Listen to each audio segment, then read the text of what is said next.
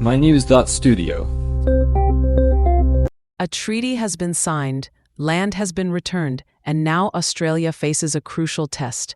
Will this be the moment when generations of wounds start to heal, or are there new challenges ahead? Today's date is November 6th, 2025.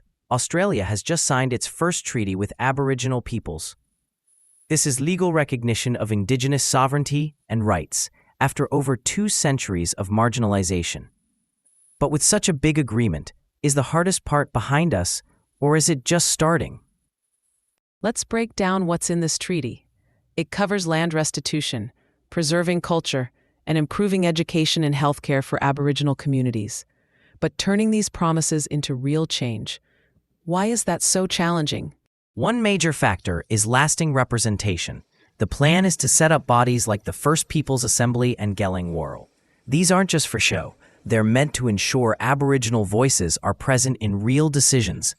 But how do you make sure every community is actually represented? Australia's Aboriginal peoples are incredibly diverse. Right. That's a huge concern. If elections for these bodies aren't transparent and inclusive, some communities could be left out. And then there's the issue of independence. Keeping these assemblies funded but free from government interference. There's this proposed oversight structure, Nigman Nagaingawara, which is meant to be at arm's length from politics. But is true independence possible if funding still comes from government? Funding is always tricky. Infrastructure money is supposed to go straight to Aboriginal-led organizations, but the challenge is oversight. How can the government make sure funds are used well, but also respect self-determination? It's a really fine balance. Too much oversight and Aboriginal leadership is weakened. Too little, and you risk things not running smoothly. And then you've got to update school curricula, restore place names, and start truth-telling initiatives. All of which need coordination across states, languages, and different traditions. That's a lot to manage. And trust seems to be a theme, doesn't it? After so many broken promises, how do you persuade communities that this treaty is more than just paperwork? Aboriginal leaders are hopeful, but they're also cautious. They welcome the idea of permanent representation and designing their own solutions for health, education, and housing.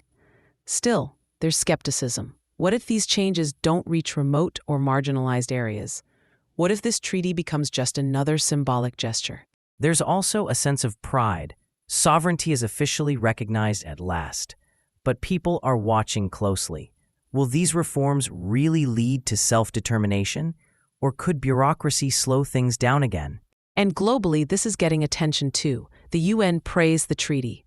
Countries like New Zealand, Canada, and the US are watching, wondering what they might learn.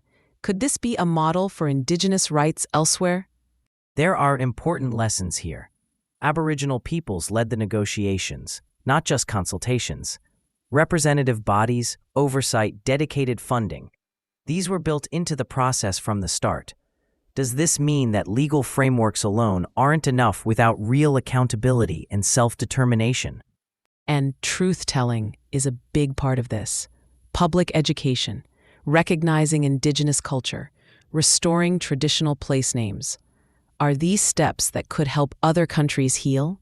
Or does every place need its own approach? Maybe it's a bit of both. Governments need to adapt, respect local languages and traditions, and allow region-specific agreements. But trust, steady funding, partnership, those seem to matter everywhere. So, this treaty is more than just a legal document. It's a signal to the world. Can governments, activists, and citizens elsewhere use these lessons to face their own histories of injustice? We'll have to wait and see. The world is watching how these promises unfold, not just in law, but in the real, everyday lives of Aboriginal communities. Australia's historic treaty is a turning point. Recognition, restitution, and now the real work of reconciliation begins. Could this be a model for others? Thanks for listening in.